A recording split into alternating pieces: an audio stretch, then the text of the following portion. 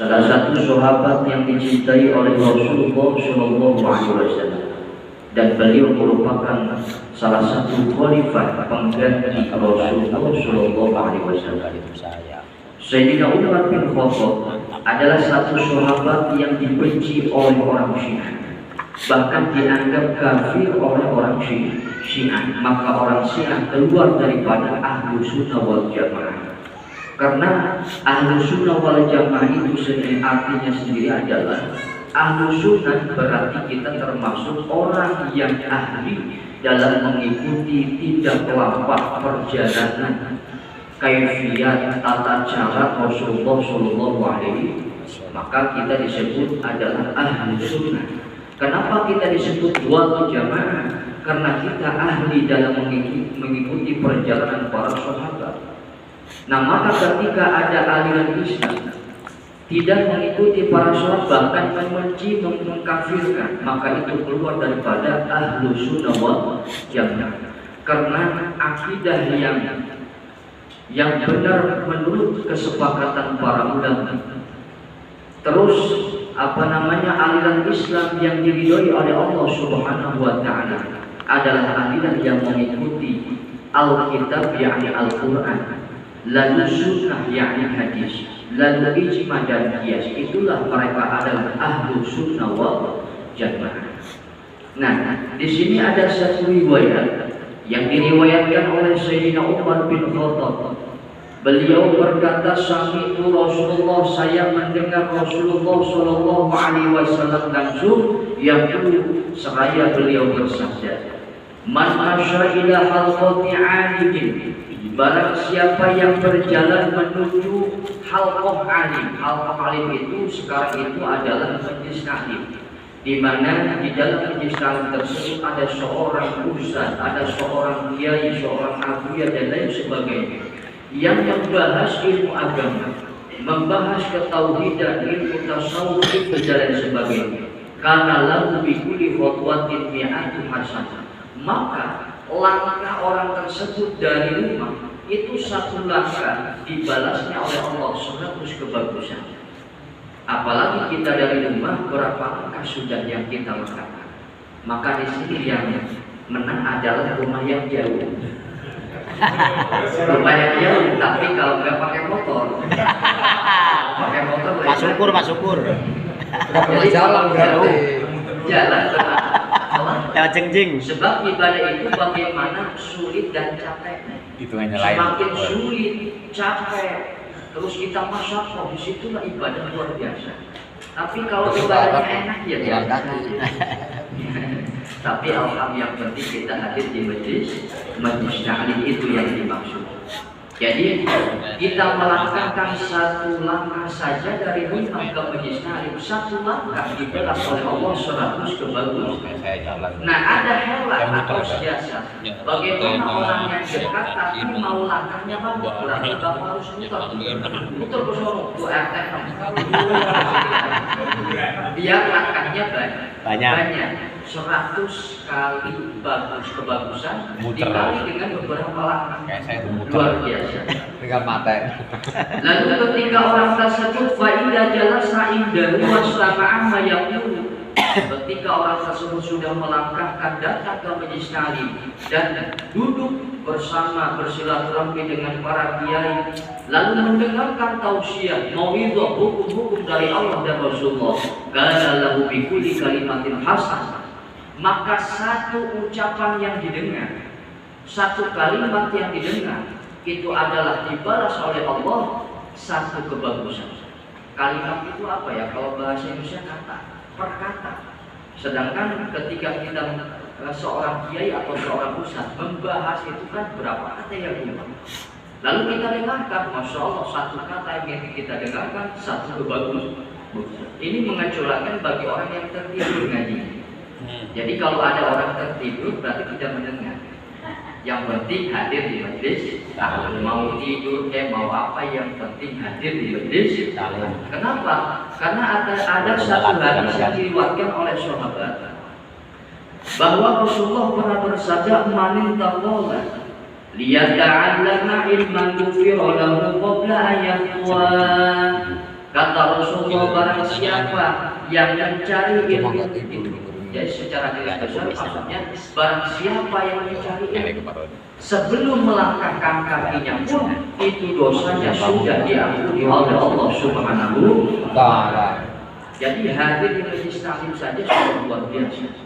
Sebelum melangkahkan kaki kita dari rumah dengan niat tujuan ingin mengikuti pengajian, ingin mendapatkan ridha Allah, menghilangkan kebodohan dan mencari kebenaran, itulah semuanya akan diberikan ampunan oleh Allah Subhanahu wa Ta'ala. Bahkan pernah saya bahas, innal malaikata la tadau ajnihatan li talibil ilm ridha bima yasna. Innal malaikata, sesungguhnya para malaikat sekarang la tadau ajnihatan sedang meletakkan sayap-sayapnya litolibil ilmi kepada orang yang sedang mencari ilmu agama Allah Subhanahu wa Ta'ala. Contoh kita sekarang, andai kata malaikat terlihat, itu sayapnya luar biasa, menentukan tentang tayungan, kata bahasa Sunda, nang sayungan jelma anu kurniana ilmu Allah Subhanahu wa Ta'ala. Kenapa malaikat sampai seperti itu? Kata Rasulullah, ridho bima yasna, karena para malaikat ridho, mahabbah, demen kepada orang yang sedang sekarang mencari ilmu agama Allah Subhanahu wa Ta'ala. Hadirin jamaah rahimakumullah, ada satu hadis terkait masalah keutamaan membaca la ilaha illallah Muhammadur Rasulullah. Qala Nabiyyu sallallahu alaihi wasallam, man qala kulla yaumin, barang siapa yang berzikir atau membaca setiap hari membaca la ilaha illallah Muhammadur Rasulullah di atas 100 kali, maka kata Rasulullah, ja'a yaumul qiyamati wa wajhuhu kal qamari lailatal badr. Nanti di hari kiamat orang yang suka berzikir setiap hari la ilaha illallah Muhammadur Rasulullah 100 kali, nanti di hari kiamat wa wajhuhu kal qamar lailatal badr. Di hari kiamat orang itu nanti kepala ada yang tidak seperti babi. Di hari kiamat nanti sama Allah dizahirkan, dijelaskan siapa yang wajahnya seperti babi, seperti anjing dan sebagainya, tapi orang yang suka berzikir la ilaha illallah Muhammad Rasulullah, wajahnya penuh dengan sinar seperti sinarnya bulan di bulan purnama. Nah, itu orang yang suka berzikir la ilaha illallah Muhammad Rasulullah setiap hari berapa? 100 kali. Misalkan kita mau kaifiatnya mau sehabis sholat berarti 20 sehabis sholat subuh 20 25 kali waktu berarti 20 kali 100. Atau memang mau di waktu apapun bebas mau sedang berjalan bapak-bapak, mau sedang naik motor dan lain sebagainya, bebas. Yang penting jangan dalam keadaan lagi ngisi lagi diaduk, jangan, pokoknya bebas. Erwin biasanya yang penting jangan sedang di WC. Jadi bebas kalau sedang berjalan, ibu-ibu sedang apa, misalkan ngais bayi dan lain sebagainya, baca.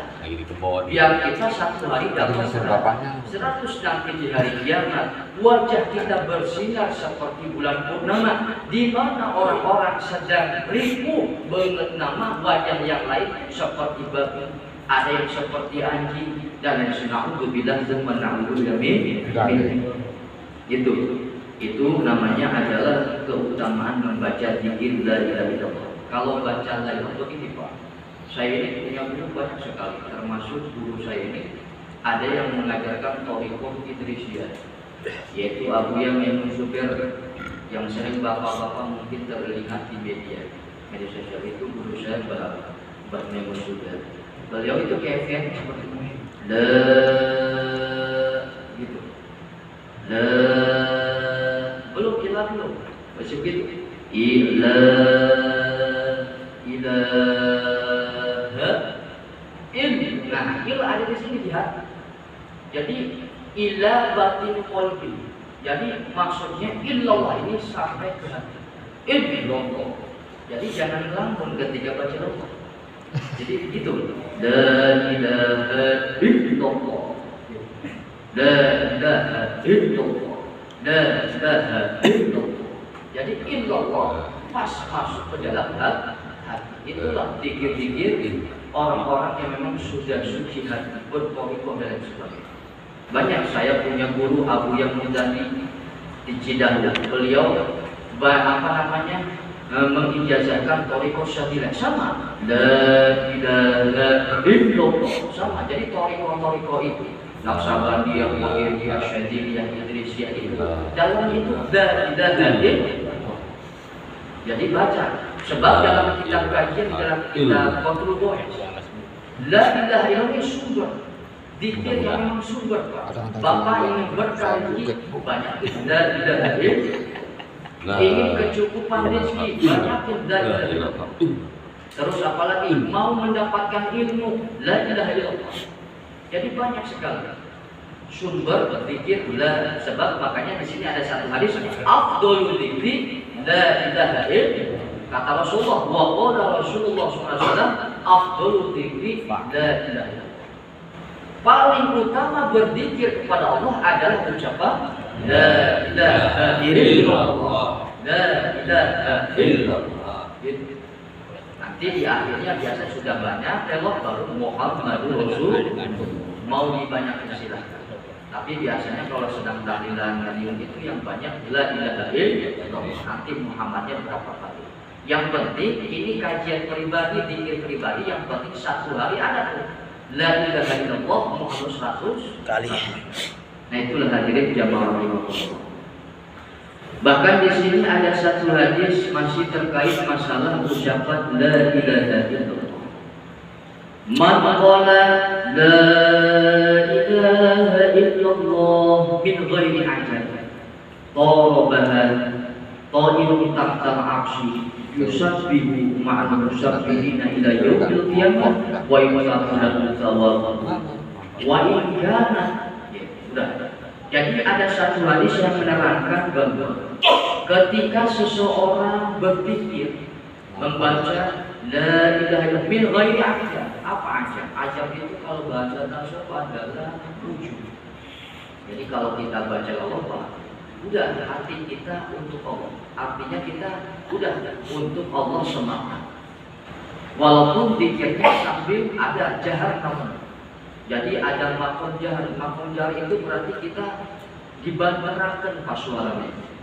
La ilaha illallah itu berarti makom jahar. Ada makom sirri berarti tidak, suaranya hanya terdengar dengan sendirinya saja. Nah, misalkan kita makom jahar, awas tuh situ. Biasanya kita ini ingin terdengar. Jadi makom jahar itu, tapi gak apa-apa kalau lagi belajar Bapak. Mau sombong mau ujung mau iya, teruskan saja. Kalau lagi belajar, insya Allah lambat laun pelan-pelan kita akan ikhlas karena Allah. Walaupun dikirnya keras, la ilaha illallah hanya semata untuk Allah kita berpikir, tidak ingin didengar, tidak ujub itu kan berarti apa? Memuji diri sendiri bahwa kita terdengar sum'ah. Jadi ketika kita berzikir ingin didengar orang lain. Nah itu enak pemula seperti itu biasa.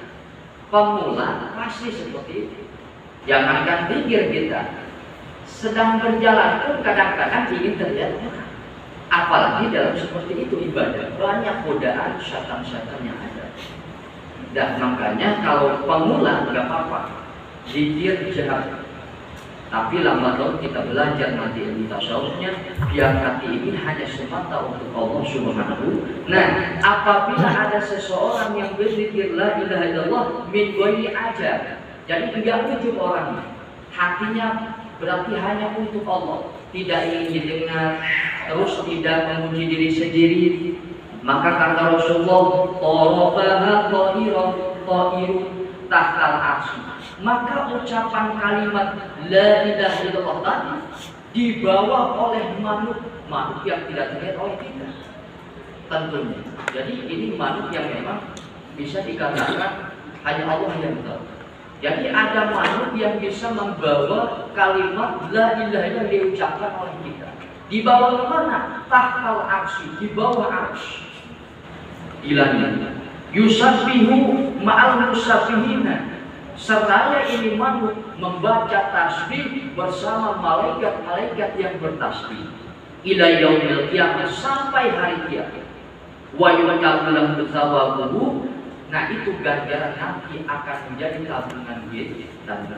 Alhamdulillah. Nah itulah menjadi satu motivasi hadis terkait masalah ilmu, masalah berzikir la ilaha illallah. Ingat ya kaifiatnya, la